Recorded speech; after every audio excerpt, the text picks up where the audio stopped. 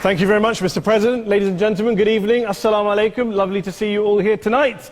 We are having a very entertaining night, are we not, with some very interesting things being said from the other side of the house tonight.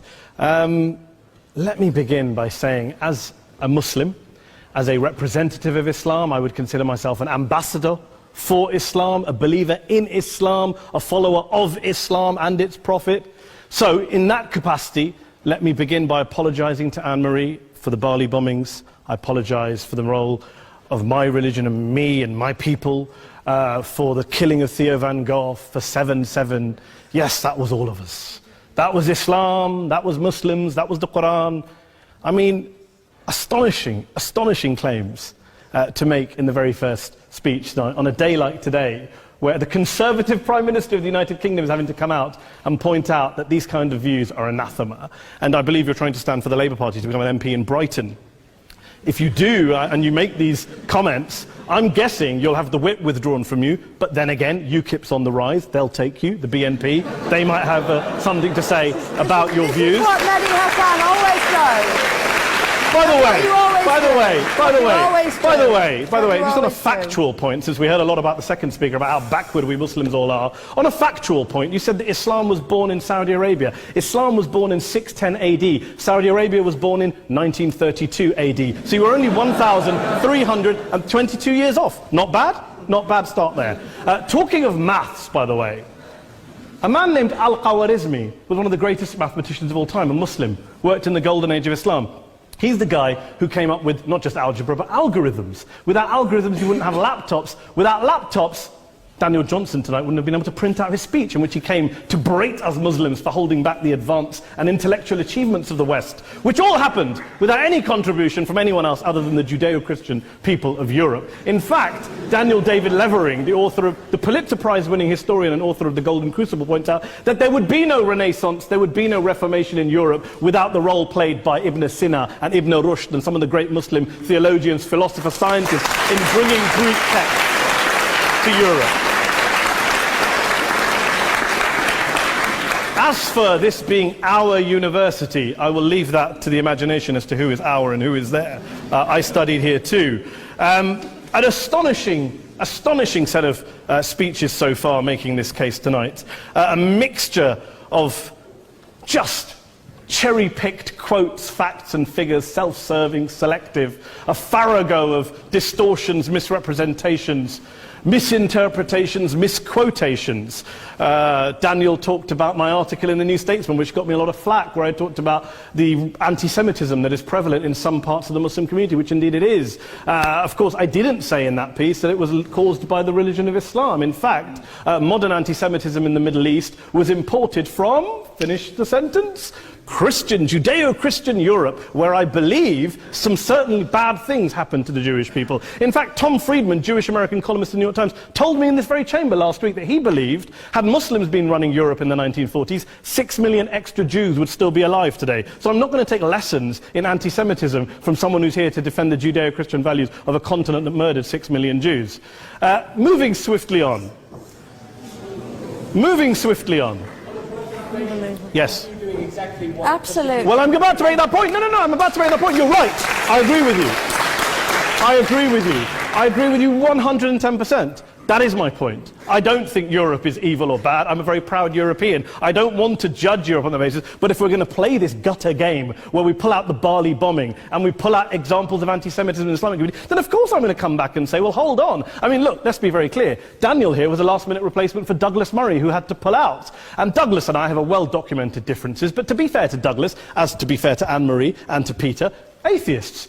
Atheists see all religions as evil, violent, threatening. What the problem I have with Daniel's speech is that Daniel comes here to run this robust defense of Christianity, forgetting that his fellow Christians, people who said they were acting in the name of Jesus, gave us the Crusades, the Spanish Inquisition, the anti-Jewish pogroms, European colonialism in Africa and Asia, the Lord's Resistance Army in Uganda, not to mention countless arson and bomb attacks on abortion clinics in the United States of America to this very day. I would like a little bit of humility from Daniel first before he begins lecturing other communities and other faiths on violence, terror and intolerance. But, no thank you. some water. Get some water. But I would say this, to address the gentleman's very valid point here, I'm not going to play that game. I don't actually believe that Christianity is a religion of violence and hate because of what the LRA does in Uganda or what Crusaders did to Jews and Muslims in Jerusalem when they took back the city in the 12th or 13th or whatever century it was.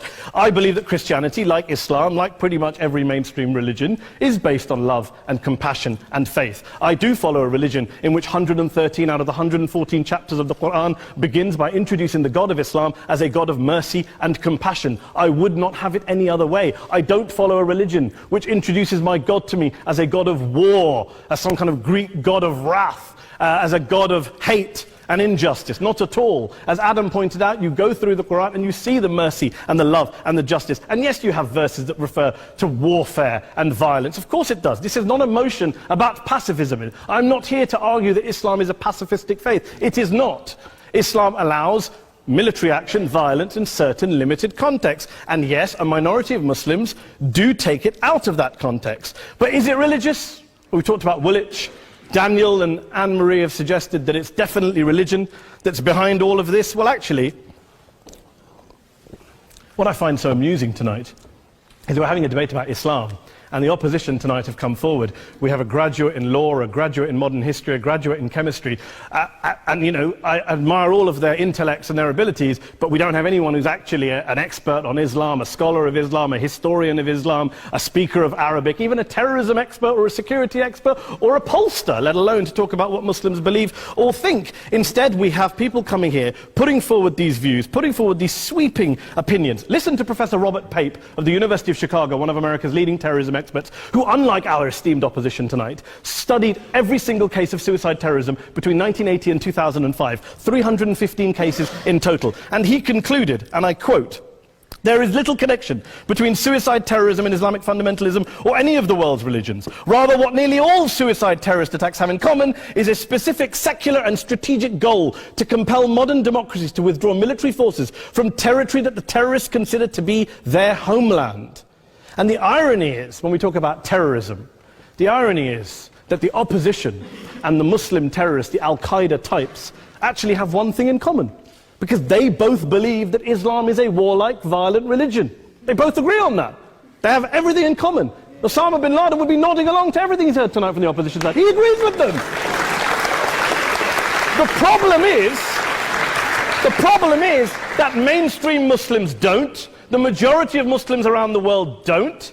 In fact, a gentleman here started quoting all sorts of polls. Gallup carried out the biggest poll of Muslims around the world, of 50,000 Muslims in 35 countries. 93% of Muslims rejected 9/11 and suicide attacks. And of the 7% who didn't, they all, when polled and focus grouped, cited political reasons for their support for violence, not religious reasons. And as for Islamic scholars and what they say, well, Daniel talks about our University of Oxford. We'll go down to Oxford Centre for Islamic Studies, get hold of a man named Sheikh Afifi al-Akiti, who is a massively well-credentialed and well-respected Islamic scholar, who has studied across the world, who in the days after 7/7 published a fatwa denouncing terrorism in the name of Islam, calling for the protection of all non-combatants at all times, and describing suicide bombings as an innovation with no basis in Islamic law. Go and listen to Sheikh Tahir al-Qadri, one of Pakistan's most famous Islamic scholars, who published a 600-page fatwa condemning the killing of all innocents and all suicide bombings unconditionally without any ifs or buts.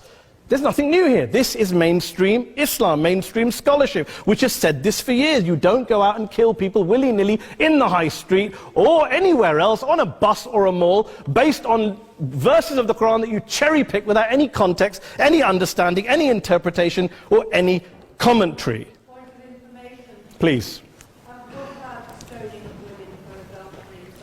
Well, it doesn't happen apparently. I didn't say it doesn't happen at all. I never said it didn't happen. I don't blame Islam. Yes, it's a very good point. And a lot of us are campaigning against that. And we're campaigning against it in the name of Islam. We're campaigning against it in the name of various interpretations of Islam. Anne-Marie comes and scares us with her talk of Sharia law. I would like to see the book of Sharia law. It doesn't exist. People argue over what Sharia law is. And you empower the extremists by saying there is only one version. You empower them all. I don't believe you took any interruptions, Anne-Marie, so I think you should stay there for a moment. Several countries. Here's what we're dealing with. Here's what we're dealing with. We are dealing, I took your point.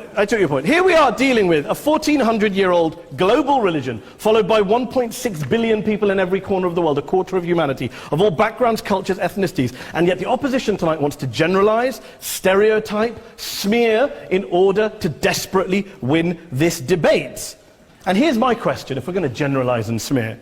If, okay, people say yesterday's bombers, and we've got to be careful, there's a trial going on, were yesterday's attackers, motivated by Islam? Big debate. I don't believe they were. Let's say they were. Let's say Faisal Shahzad, the Times Square bomber, was motivated by Islam. Let's assume, for sake of argument, that Richard Reeves, the shoe bomber, was motivated by Islam. If Islam is responsible for these killings, if Islam is what is motivating these people, and Islam is therefore not a religion of peace, a religion of war, then ask yourself this question: why aren't the rest of us doing it?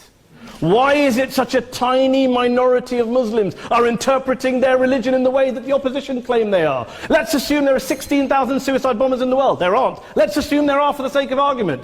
That's 0.001% of the Muslim population globally. What about the other 99.99% of Muslims who the opposition tonight either ignore or smear? The reality is that the rest of us aren't blowing ourselves up tonight. The reality is that the opposition came here tonight not worried about the fact that me and Adam might pull open our jackets and blow ourselves up tonight because we're followers of a warlike warrior religion which wants to take over Europe and Daniel's university. The issue is this. The issue is this. Unless the opposition can tell us tonight, and Peter Atkins is here, one of our great atheist intellectuals, can tell us tonight, can answer this question tonight: why don't the vast majority of Muslims around the world behave as violently and aggressively as a tiny minority of politically motivated extremists? Then they might as well give up and stop pretending they have anything relevant to say about Islam or Muslims as a whole. Ladies and gentlemen, let me just say this to you. Think about what the opposite of this motion is. If you vote no tonight, think about what you're saying the opposite of this motion is. That Islam isn't a religion of peace, it's a religion of war, of violence, of terror, of aggression. That the people who follow Islam, me, my wife, my retired parents, my 6-year-old child, that 1.8 million of your fellow British residents and citizens, that 1.6 billion people across the world, your fellow human beings, are all followers, promoters, believers in a religion of violence. Do you really think that? Do you really believe that to be the case? They say that in the Oxford Union, the most famous debate was in 1933, when Adolf Hitler looked out for the result of the King and Country motion, where they voted against fighting for King and Country, and Hitler was listening out for the result. Well, tonight, 80 years on, there are two groups of people around the world who I would argue are waiting for the result of tonight's vote. There are the millions of peaceful, non-violent, law-abiding Muslims both in the UK, Europe, Asia, Africa and beyond, who see Islam as the source of their identity, as a source of spiritual fulfillment, of hope, of solace. And there are the phobes, the haters, the bigots out there who want to push the clash of civilizations, who want to divide all of us into them and us and ours and their. Ladies and gentlemen, I urge you all not to fuel the arguments of the phobes and bigots. Don't legitimize their divisions. Don't legitimize their hate. Trust those Muslims who you know, who you've met, who you hear, who don't believe in violence, who do want you to hear the peaceful message of the Quran as they believe it to be taught to the majority of Muslims, the Islam of peace and compassion and mercy, the Islam of the Quran, not of Al-Qaeda. Ladies and gentlemen, I beg to propose this motion to the House. I urge you to vote yes tonight. Thank you very much for your time.